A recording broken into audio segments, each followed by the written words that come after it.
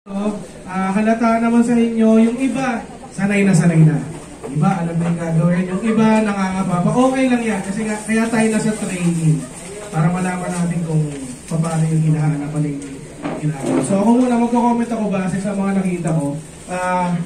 Dahil nga siya ay online, na kinokonek mong pilit yung sarili mo sa mga nasa malayo sa'yo, kailangan mo ng nag-uumapaw na energy. Matatawid sa kanya. Gaya ng nakita natin sa ating mga veteranang Super Bigs. Diba kahit kayo napapalak pa kayo di ba? Okay. In terms of phrasing, the scripts are always there.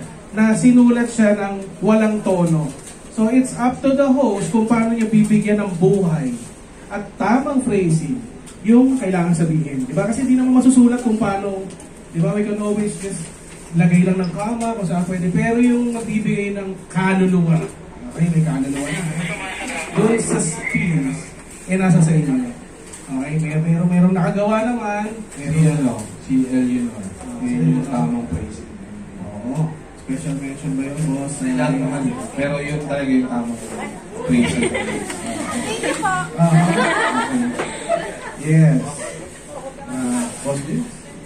Bisaya daw. So, pag binasa natin yung script, no, tama si EJ, it's just parang piece of paper. Ang importante dyan, yung how to pause, yung buwelo, di ba? Parang hindi siya parang binabasa. Parang natural lang.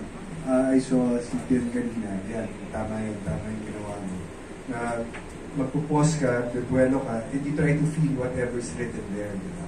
So that's the important there. And ang tinitignan namin rin sa inyo is how your eyes express yourselves on camera.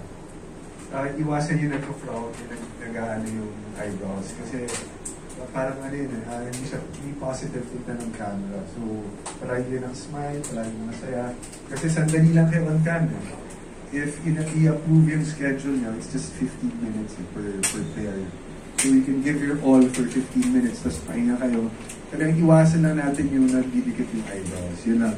Ay, bakit? Tsaka yung parang kumakanta. Iwasan yung... Hindi, sa atinan...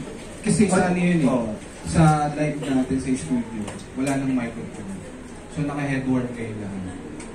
Pero still, importante yung hand gestures. Kasi you can't just stand there na diretso yung kumain. Yung para lang yung gumagano. Kasi kanina may mga gumagano yung parang kumakanta.